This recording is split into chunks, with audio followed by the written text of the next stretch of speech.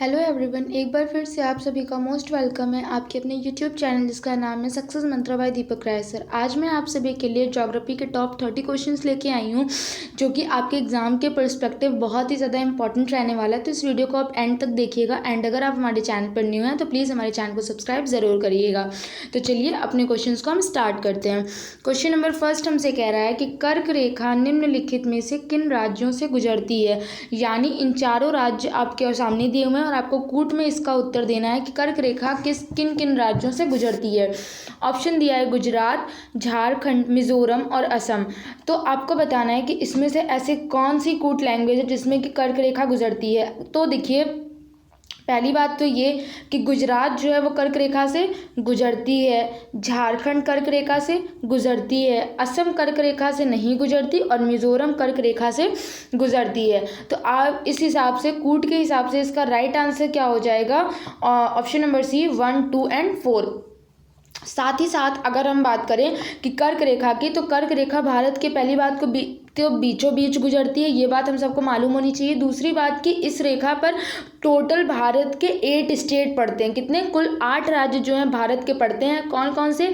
गुजरात, राजस्थान, मध्य प्रदेश, छत्तीसगढ़, झारखंड, पश्चिम बंगाल, त्रिपुरा और मिजोरम। तो इस हिसाब से हमने जो आंसर दिया है उसका राइट आंसर क्या हो जाएगा, ऑप्शन नंबर सी 1 to 4, मतलब गुजरात, झारखंड और मिजोरम जो है वो कर्क रेखा से गुजरती है। नेक्स्ट क्वेश्चन पे बढ़ते हैं। नेक्स्ट क्वेश्चन है question number second. Question number second कह रहा है कि निम्नलिखित में से कौन सा जिला भारत की अंतर्राष्ट्रीय सीमा पर है। मतलब इन चारों ऑप्शन में से ऐसा कौन सा जिला है भारत का कि जो भारत की अंतर्राष्ट्रीय सीमा से जुड़ता है। गोरखपुर, जयपुर, किन्नौर या फिर कुलेर। तो आपको याद रखना है कि जो किन्नौर जिला है वो जो है भारत की अंतर्राष्ट्रीय सीमा से लगता है। किन्नौर पहली बात है कहाँ, आप ये जान लीजिए। तो किन्नौर आपका हिमाचल प्रदेश में है। कहाँ पर है? हिमाचल प्रदेश में है। और अगर इसको आप देखें कि ये किससे सटा हुआ है तो याद रखिएगा ये तिब्बत से सटा हुआ है। किससे सटा है? ये तिब्बत से सटा हुआ है। और किन्नौर कहाँ का मतलब किस राज्य का जिला है आपसे पूछा जाए तो आपको याद रखना है हिमाचल प्रदेश। और किससे जुड़ा हुआ है तो आप कहेंगे तिब्बत से। आई होप कि आंसर आपको क्लियर होगा। नेक्स्ट क्वेश्चन है आपके सामने question number third. Question number third आपसे कह रहा है कि भारत की सीमाएं कितने देशों से लगती हैं। यानी भारत की जो बाउंड्री है वो टोटल कितने कंट्री से लगती है ये आपको बताना है। तो आपके सामने ऑप्शन दिया है 4, 5, 9 और फिर 7। तो आपको याद रखना है कि जो 7 कंट्रीज हैं उनसे जो है भारत की बाउंड्री अटैच होती है। अगर हम लैंड की बात करें यानी स्थलीय सीमा की बात करें तो हमारी जो बाउंड्री है वो कितने कंट्री से लगती है? 2 कंट्री से लगती है। कौन कौन से लगती है? तो पहली बात पाकिस्तान से लगती है, बांग्लादेश से लगती है, चाइना से लगती है, नेपाल, म्यांमार, भूटान और अफगानिस्तान। इन जो है 7 देशों से क्या भारत की स्थलीय सीमा लगती है। और कभी कभी आपसे पूछ लेता है कि भारत की स्थलीय सीमा की टोटल लंबाई कितनी है, तो वो भी आपको याद रखना है कि 15,106 किलोमीटर। कितना? 15,106 किलोमीटर भारत की कुल स्थलीय सीमा है। और अगर कभी आपसे पूछ ले कि भारत जो है किसके साथ सबसे लंबी सीमा बनाता है तो वो भी आपको याद रखना है कि भारत जो है बांग्लादेश के साथ सबसे लंबी सीमा बनाता है। वो भी कितनी बनाता है? तो 4,096 किलोमीटर की। कितनी की बनाता है? 4,096 किलोमीटर की बनाता है। नेक्स्ट क्वेश्चन है आपके सामने क्वेश्चन नंबर 4। क्वेश्चन नंबर 4 के आपसे कह रहा है कि भारत की स्थल सीमा की लंबाई कितनी है। क्वेश्चन वही आ गया जो अभी मैंने आपको बताया कि भारत की स्थल सीमा की लंबाई कितनी है। 13,400 किलोमीटर, 11,600 किलोमीटर, 9,800 किलोमीटर और या फिर 15,200 किलोमीटर। तो आपको याद रखना है कि भारत की जो स्थलीय सीमा है उसकी लंबाई कितनी है? 15,200 किलोमीटर के आसपास है। ठीक है, बढ़ते हैं अपने नेक्स्ट क्वेश्चन पे। नेक्स्ट क्वेश्चन है हमारे सामने क्वेश्चन नंबर 5। क्वेश्चन नंबर 5 है कि भारत और श्रीलंका को अलग करने वाली जलराशि कौन सी है।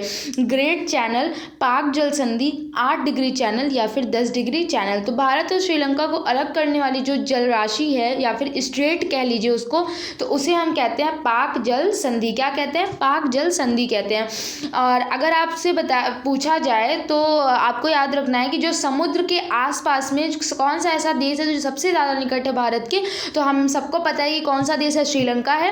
और श्रीलंका जो है वो भारत से किस स्ट्रेट से अलग होता है, तो आपको याद रखना है पाक जल संधि, या फिर जिसे हम पाक जलडमरू मध्य भी कहते हैं। और भारत के किस राज्य से ये अलग करता है, तो तमिलनाडु से। किससे? तमिलनाडु और श्रीलंका के बीच में क्या है, पाक जल संधि आपकी स्थित है। और पाक जल संधि का जो नामकरण है, यानी जिसका नाम रखा गया है, वो मद्रास प्रेसिडेंसी के गवर्नर रॉबर्ट पाक के नाम पर किया गया है। किसके नाम पर किया गया है? मद्रास प्रेसिडेंसी के गवर्नर रह चुके हैं रॉबर्ट पाक, उनके नाम पर पाक जल संधि का नामकरण किया गया है। और ये किसको अलग करता है? भारत और श्रीलंका को। भारत के किस राज्य से? तो आप कहेंगे तमिलनाडु से। नेक्स्ट क्वेश्चन है क्वेश्चन नंबर 6। क्वेश्चन नंबर 6 आपसे कह रहा है कि भारत का सबसे दक्षिणी छोर कौन सा है, यानी भारत का सबसे ज़्यादा दक्षिणी छोर आपसे पूछा है इंदिरा कोल, गुहार मोती, किबिथू या फिर इंदिरा पॉइंट। तो आपको याद रखना है कि जो सबसे ज़्यादा दक्षिणी छोर है भारत का, वो क्या है? इंदिरा पॉइंट स्थित है। इंदिरा पॉइंट कहाँ स्थित है, तो वो भी आपको याद रखना है। ये इंदिरा पॉइंट आपका ग्रेट निकोबार में स्थित है। कहाँ पर स्थित है? ग्रेट निकोबार में इंदिरा पॉइंट स्थित है। और ये क्या है? भारत का सबसे दक्षिणी छोर है। नेक्स्ट क्वेश्चन है आपके सामने क्वेश्चन नंबर 7। क्वेश्चन नंबर 7 कह रहा है कि प्रायद्वीपीय भारत का दक्षिणी छोर कन्याकुमारी कहाँ स्थित है। कन्याकुमारी की स्थिति आपको बतानी है रेखाओं के आधार पर। कर्क रेखा के उत्तर में, भूमध्य रेखा के दक्षिण में, मकर रेखा के दक्षिण में या फिर भूमध्य रेखा के उत्तर में। इसीलिए देखिए ये आपसे मैप का क्वेश्चन पूछ लिया है, इसीलिए स्टूडेंट्स को ये सजेशन दिया जाता है कि जब भी आप ज्योग्राफी पढ़िए तो आप मैप की हेल्प ज़रूर लीजिए, क्योंकि क्वेश्चंस मैप वाले जो होते हैं वो आपके हमेशा लर्न करने वाले नहीं आते हैं। वो आपसे कुछ इमेजिनेशन पूछ लेता है कि अगर आपने मैप को ठीक ढंग से देखा होगा तो आप इसका आंसर कभी भी गलत कर ही नहीं सकते हैं।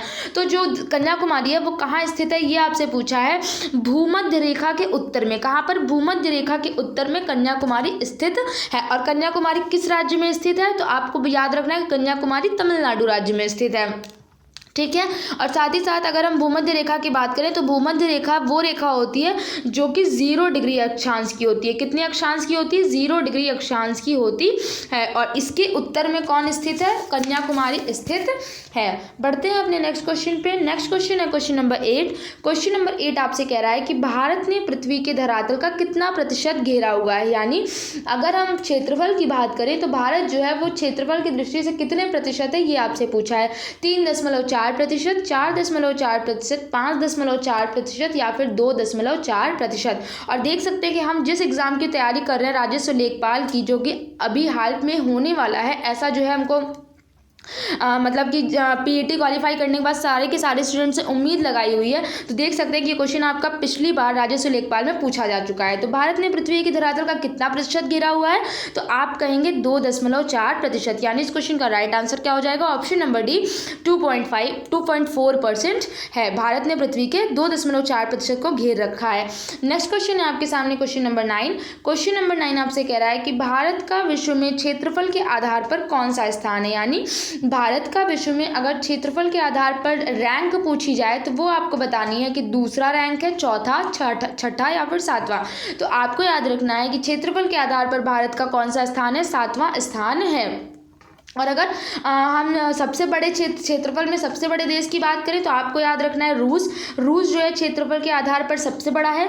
रूस के बाद कौन आता है, तो आपको याद रखना है कनाडा आता है, यानी कनाडा आता है। कनाडा के बाद बात करें तो यूएसए आता है। देखिए रूस हो गया, कनाडा, फिर यूएसए, उसके बाद चाइना आता है, फिर ब्राज़ील, फिर ऑस्ट्रेलिया और 7वें नंबर पर हमारा कौन सा आता है? भारत आता है।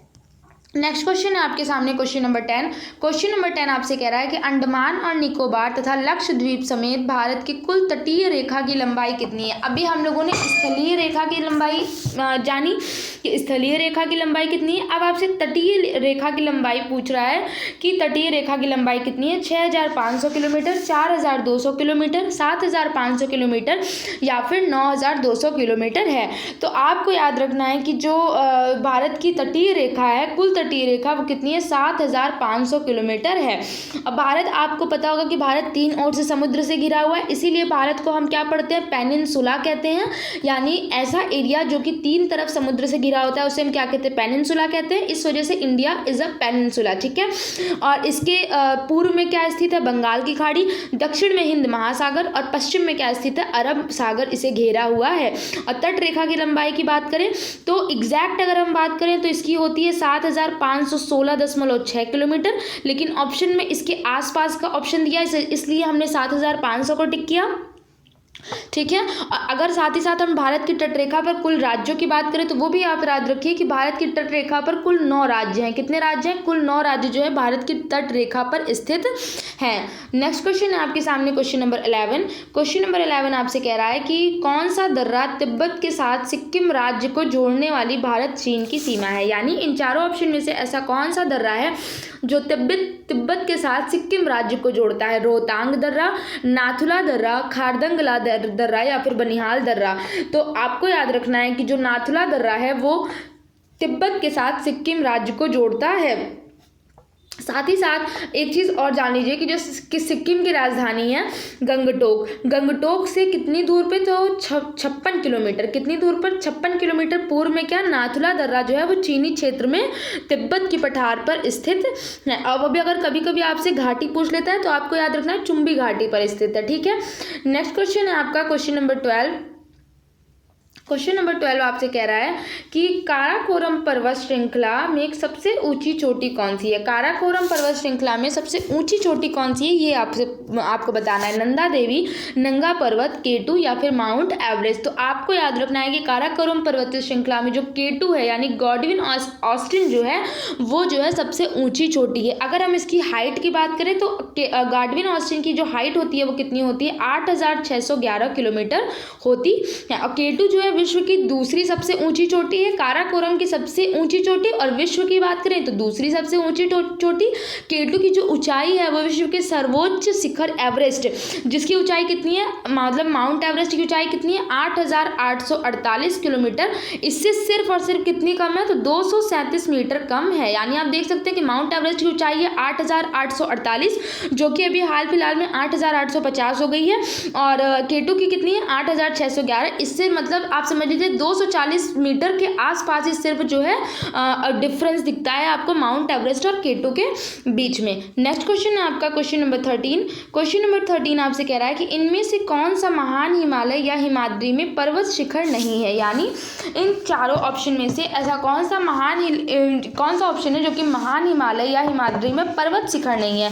Mount Kanchenjunga, mount Makalu, mount Nag Tibba या फिर माउंट नंदा देवी। तो आपको याद रखना है कि माउंट नाग तिब्बा जो है वो महान हिमालय या हिमाद्री में पर्वत शिखर नहीं है। साथ ही साथ mount Kanchenjunga, mount Makalu, mount Nanda Devi ये जो है महान हिमालय या हिमाद्री के पर्वत शिखर हैं, जबकि माउंट नाग तिब्बा इसका पर्वत शिखर नहीं है। नेक्स्ट क्वेश्चन है आपके सामने क्वेश्चन नंबर 14। क्वेश्चन नंबर 14 आपसे पूछा है कि पश्चिमी घाट क्या है। पश्चिमी घाट में क्या है? पर्वत, पठारों का ढलान, पठार या फिर पहाड़ियाँ। इनमें से ऐसा कौन सा ऑप्शन है जो कि पश्चिमी घाट पर देखने को मिलता है? पर्वत तो ये गलत है, पठार ये भी गलत है, पहाड़ियाँ ये भी गलत है। हमें सिर्फ और सिर्फ पश्चिमी घाट पर क्या देखने को मिलता है? पठारों का ढलान देखने को मिलता है। पश्चिमी घाट या फिर जिसे हम क्या जानते हैं? सह्याद्री पर्वत श्रेणी के नाम से जानते हैं। वो कहाँ से कहाँ तक फैला हुआ है? गुजरात से लेकर के तमिलनाडु तक फैला दिया। अगर हम इसकी हाइट की बात करें तो ये उत्तर से दक्षिण की ओर लगभग 1600 किलोमीटर में फैला हुआ है। क्या? पश्चिमी घाट यानी जिसे हम कहते हैं सह्याद्री पर्वत श्रेणी फैला हुआ है। और ये जो है पठारों के ढलान यहाँ पर सिर्फ और सिर्फ पाए जाते हैं। तो इसका राइट आंसर क्या हो जाएगा? Option number C. Next question है आपके सामने क्वेश्चन नंबर 15। क्वेश्चन नंबर 15 आपसे कह रहा है कि निम्नलिखित स्थानों में से किस एमराल्ड द्वीप समूह के नाम से जाना जाता है। यानी इन चारों में से ऐसा कौन सा ऑप्शन है जिसे हम एमराल्ड द्वीप समूह के नाम से जानते हैं? लक्षद्वीप, अंडमान और निकोबार द्वीप समूह, मालदीव या फिर दमन और दीव। तो आपको याद रखना है कि अंडमान और निकोबार द्वीप समूह को हम किस नाम से जानते हैं? एमराल्ड द्वीप समूह के नाम से जानते हैं। और जो अंडमान और निकोबार की अगर हम बात करें तो ये लगभग 222 के आसपास छोटे बड़े द्वीपों को मिलाकर के बना हुआ है। और इसकी राजधानी अगर हम बात करें तो इसकी राजधानी हो जाती है पोर्ट ब्लेयर। किसकी राजधानी हो जाती है? अंडमान और निकोबार द्वीप समूह की राजधानी क्या हो जाती है? Port Blair. और ये लगभग 222 के आसपास छोटे बड़े द्वीपों के समूह से मिलकर बना है, जिसे हम किस नाम से जानते हैं? एमराल्ड द्वीप समूह के नाम से जानते हैं। नेक्स्ट क्वेश्चन आपके सामने बहुत ही बढ़िया क्वेश्चन दिया हुआ है, क्वेश्चन नंबर 16। क्वेश्चन नंबर 16 आपसे कह रहा है कि सूची 1 को सूची सेकंड से सुमेलित कीजिए और सूचियों के नीचे दिए गए कूट का प्रयोग करके सही उत्तर चुनिए। यानी एक तरफ आपको हिमालय की चोटियां दी हैं, दूसरे साइड आपको राज्य दिए हुए हैं। अब आपको मिलाना है नंगा पर्वत किस राज्य में स्थित है, नंदा देवी किस राज्य में स्थित है, या फिर कंचनजंगा किस में स्थित है। तो आपको याद रखना है कि जो नंगा पर्वत है वो जम्मू कश्मीर में स्थित है। किस में स्थित है, नंगा पर्वत जम्मू कश्मीर में स्थित है। नंदा देवी की हम बात करें तो उत्तराखंड में स्थित है, और कंचनजंगा की बात करें तो ये सिक्किम में स्थित है। यानी इसका राइट आंसर क्या हो जाएगा, 132 हो जाएगा। देखते हैं किस ऑप्शन में है। ऑप्शन नंबर बी में ही हमें मिल गया 132, यानी जो है नंगा पर्वत जम्मू कश्मीर, नंदा देवी उत्तराखंड और कंचनजंगा सिक्किम राज्य में स्थित है। बढ़ते हैं अपने नेक्स्ट क्वेश्चन पे। नेक्स्ट क्वेश्चन है हमारे सामने क्वेश्चन नंबर 17। क्वेश्चन नंबर 17 आपसे कह रहा है कि वह कौन सा सर्वोच्च पर्वत शिखर है जो पूरी तरह से भारत में स्थित है। ऐसा कौन सा पर्वत शिखर है जो पूरी तरीके से कहाँ स्थित है, भारत में स्थित है। Kanchenjunga, Nanda Devi, K2 Godwin Austen या फिर कॉमेट। तो आपको याद रखना है कि जो नंदा देवी पर्वत समूह है ये क्या है, पूरी तरीके से भारत में स्थित है। नंदा देवी भारत का सर्वोच्च पर्वत शिखर है जो पूरी तरीके से भारत में, और भारत के किस राज्य में स्थित है, तो आपको याद रखना है उत्तराखंड राज्य में स्थित है। अगर हम इसकी ऊंचाई की बात करें तो ये है लगभग 7816 मीटर इसकी ऊंचाई है, किसकी, नंदा देवी की। और साथ ही साथ जो विश्व में बात करें तो ये विश्व की 23वीं ऊंची चोटी है। कितनी, 23rd रैंक पे आती है। कौन सी, नंदा देवी आपका सर्वोच्च पर्वत शिखर कहाँ का है, भारत में, उत्तराखंड राज्य में स्थित है। शिपकीला दर्रा हिमालय की किस घाटी में स्थित है। शिपकीला दर्रा जो है भारत की हिमालय की किस घाटी में स्थित है, ये आपसे पूछा है। सतलज घाटी, चंद्रा घाटी, नाभा घाटी या फिर कुल्लू घाटी। तो आपको याद रखना है कि शिपकीला दर्रा जो है वो सतलज घाटी में स्थित है। शिपकीला दर्रा हिमालय की सतलज घाटी में स्थित है। साथ ही साथ अगर हम राज्य की बात करें तो शिपकीला दर्रा कहाँ पर आता है आपका, हिमाचल प्रदेश में। कहाँ पर, हिमाचल प्रदेश में किन्नौर जिले में। किन्नौर जिले में कहाँ पर, किन्नौर, हिमाचल प्रदेश के किन्नौर जिले में स्थित है शिपकीला दर्रा। ठीक है, बढ़ते हैं अपने नेक्स्ट क्वेश्चन पे। नेक्स्ट क्वेश्चन है हमारे सामने क्वेश्चन नंबर 19। क्वेश्चन नंबर 19 हमसे कह रहा है कि रोहतांग दर्रा भारत के किस राज्य में स्थित है। रोहतांग दर्रे की अगर हम बात करें तो ये भारत के किस राज्य में स्थित है, ये आपको बताना है। हिमाचल प्रदेश, जम्मू और कश्मीर, उत्तराखंड या फिर सिक्किम। तो आपको याद रखना है कि रोहतांग दर्रा कहाँ पर है, हिमाचल प्रदेश में स्थित है। रोहतांग दर्रा जो है हिमालय का एक बहुत ही मेन दर्रा भी माना जाता है। ठीक है, और ऐसे क्वेश्चन जो आपके एग्जाम के अकॉर्डिंग बहुत ही ज़्यादा बार रिपीट है, इसलिए हम आपको सारे क्वेश्चंस एक ही बार में करवा दे रहे हैं ताकि आपकी अच्छे से रिवीजन हो सके। नेक्स्ट क्वेश्चन है आपका क्वेश्चन नंबर 20। क्वेश्चन नंबर 20 आपसे कह रहा है कि निम्न में से किस भारतीय पर्वतीय चोटी की ऊंचाई सबसे कम है। कंचनजंगा, कॉमेट, नंदा देवी या फिर मुकुट पर्वत। तो आपको इन चारों ऑप्शन के अकॉर्डिंग बताना है कि इन चारों ऑप्शन में से कौन सी ऐसी चोटी जिसकी ऊंचाई सबसे कम है। तो हम देखिए इसको डाटा के अकॉर्डिंग ही रख सकते हैं। जब तक हमको चारों का डाटा नहीं पता होगा तब तक हम नहीं बता सकते कि कौन सी चोटी की ऊंचाई जो है सबसे कम है। बात करें अगर हम कंचनजंगा की, तो कंचनजंगा की अगर हम ऊंचाई की बात करें तो ये लगभग है 8586 मीटर। कितना मीटर, 8586 मीटर। अगर नंदा देवी की बात करें तो नंदा देवी की ऊंचाई है 7816 किलोमीटर। कॉमेट की बात करें तो कॉमेट की ऊंचाई है 7756 मीटर। कितनी, 7756 मीटर। और अगर हम बात करें मुकुट पर्वत की तो मुकुट पर्वत की ऊंचाई है 7242। अब आपके सारे के सारे डाटा क्लियर है। अब आप आराम से बता सकते हैं कि कौन सा इसमें से पर्वतीय चोटी की ऊंचाई सबसे कम है। तो आप देख सकते हैं कि मुकुट पर्वत की ऊंचाई जो है सबसे कम है, इसलिए इसका राइट आंसर क्या हो जाएगा, ऑप्शन नंबर डी, मुकुट पर्वत। नेक्स्ट क्वेश्चन है आपके सामने क्वेश्चन नंबर 21। क्वेश्चन नंबर 21 आपसे कह रहा है कि निम्न में से किस पर्वतीय स्थान की ऊंचाई समुद्र तल से सबसे अधिक है। यानी इन चारों में से ऐसा कौन सा पर्वतीय स्थान है जिसकी ऊंचाई समुद्र तल से सबसे अधिक है। दार्जिलिंग, ऊटी, शिमला या फिर डलहौजी। तो आपको याद रखना है कि जो इसमें ऊटी दिया हुआ है, ऊटी की ऊंचाई जो है समुद्र तल से सबसे अधिक है। कितने फीट है, तो ये आपको याद रखना है कि ऊटी की जो हाइट है वो 7600 फीट की है। कितने की है, 7600 फीट की है। नेक्स्ट क्वेश्चन है क्वेश्चन नंबर 22। क्वेश्चन नंबर 22 आपसे कह रहा है कि भारत का सबसे बड़ा एकल द्वीप सुदूर दक्षिण में कौन सा है। यानी सबसे बड़ा ऐसा कौन सा दक्षिण में द्वीप स्थित है जो कि एकल द्वीप है, साथ ही साथ वो सबसे बड़ा है। रामेश्वरम द्वीप, कार निकोबार द्वीप, मिनिकॉय द्वीप या फिर ग्रेट निकोबार द्वीप। तो आपको याद रखना है ग्रेट निकोबार द्वीप जो है दक्षिण में स्थित सबसे बड़ा एकल द्वीप है। अगर हम इसकी क्षेत्रफल की बात करें तो इसका क्षेत्रफल है 921 वर्ग किलोमीटर। कितना है? 921 वर्ग किलोमीटर है ग्रेट निकोबार द्वीप का क्षेत्रफल। जबकि मिनिकॉय द्वीप की बात करें तो मिनिकॉय द्वीप का है लगभग 4.80 वर्ग किलोमीटर। कितना? 4.80 वर्ग किलोमीटर मिनिकॉय द्वीप का। और अगर हम ग्रेट निकोबार की बात करें तो ग्रेट निकोबार का है 921 वर्ग किलोमीटर। नेक्स्ट क्वेश्चन है आपके सामने क्वेश्चन नंबर 22। क्वेश्चन नंबर 22 है कि कौन सा जलकाय अंडमान द्वीपों को निकोबार द्वीप से अलग करता है? कौन सा ऐसा जल संधि है जो कि अंडमान द्वीप को निकोबार द्वीप से अलग करता है? 6 degree channel, 9 degree channel, 8 degree channel या फिर 10 डिग्री चैनल। तो आपको याद रखना है जो 10 डिग्री चैनल है वो जो है अंडमान द्वीप को निकोबार द्वीप से अलग करता है। अगर हम इसकी जल संधि की बात करें कि कितना किलोमीटर चौड़ा है तो आपको याद रखना है कि लगभग यह 155 किलोमीटर चौड़ी जल संधि है। कितनी? 155 किलोमीटर चौड़ी जल संधि है जो कि किसको अलग करता है? अंडमान द्वीपों को निकोबार द्वीप से अलग करता है। नेक्स्ट क्वेश्चन है आपके सामने क्वेश्चन नंबर 24। क्वेश्चन नंबर 24 आपसे कह रहा है कि उत्तरी अंडमान का उच्चतम बिंदु 732 मीटर पर स्थित कौन सी चोटी है? यानी उत्तरी अंडमान के सबसे उच्चतम बिंदु 732 मीटर पर कौन सी चोटी स्थित है ये आपको बताना है। देवमाली, कारो, सैडल या फिर बेटलिंगशिप। तो आपको याद रखना है कि जो सैडल द्वीप है वो क्या है? सैडल चोटी जो है आपकी वो उत्तरी अंडमान के सबसे ऊंचे द्वीप समूह की सबसे ऊंची चोटी है। और अगर हम बात करें इसकी हाइट की तो इसकी जो हाइट हो जाती है वो लगभग 732 किलोमीटर कह रहे हैं, सॉरी 732 मीटर की है। ठीक है। नेक्स्ट क्वेश्चन है आपका क्वेश्चन नंबर 25। क्वेश्चन नंबर 25 आपसे कह रहा है कि मूक घाटी साइलेंट वैली कहाँ पर स्थित है? साइलेंट वैली किस राज्य में स्थित है ये आपको बताना है। केरल, महाराष्ट्र, बिहार या फिर त्रिपुरा। तो आपको याद रखना है कि मूक घाटी या साइलेंट वैली जो है हमारा कहाँ पर स्थित है? केरल में स्थित है। केरल में अगर हम जिले की बात करें तो ये आपका पालघाट जिला में स्थित है। कहाँ पर? पालघाट जिले में स्थित है। और ये पश्चिमी घाट की नीलगिरी पहाड़ियों में स्थित है। कहाँ पर स्थित है? पश्चिमी घाट की नीलगिरी पहाड़ियों में स्थित है।